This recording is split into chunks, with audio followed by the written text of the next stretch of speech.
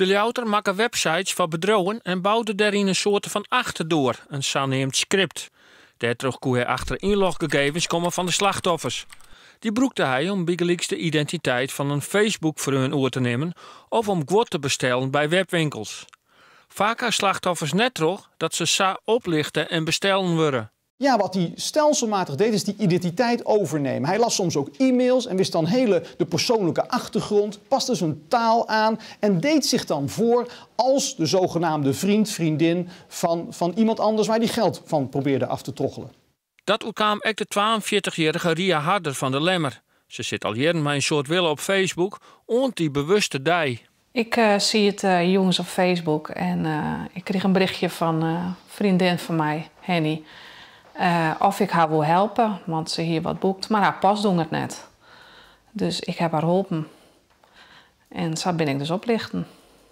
Maar dat wie jouw vriendinnen dus achteraf helemaal net? Achteraf wie zei het net, nee. Jongens komt ze erachter dat ze besodemieter is en dat ze €222 kwijt is. Zij is een van de slachtoffers van de Ljouter die het oplichten binnen van een bedrag tussen de 100 en €100.000. Politie en justitie gaan uit van zo'n 400 slachtoffers in heel Nederland, maar dat kennen er meer wezen. Dat is niet uitgesloten. We merken in zijn algemeenheid bij cybercrime dat er relatief maar heel weinig aangifte wordt gedaan.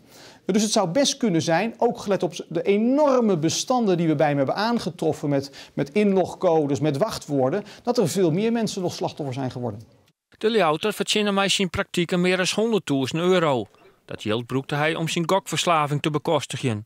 De zaak kwam in november 2014 onder het rollen, doet een webwinkel onjefte die bij de politie.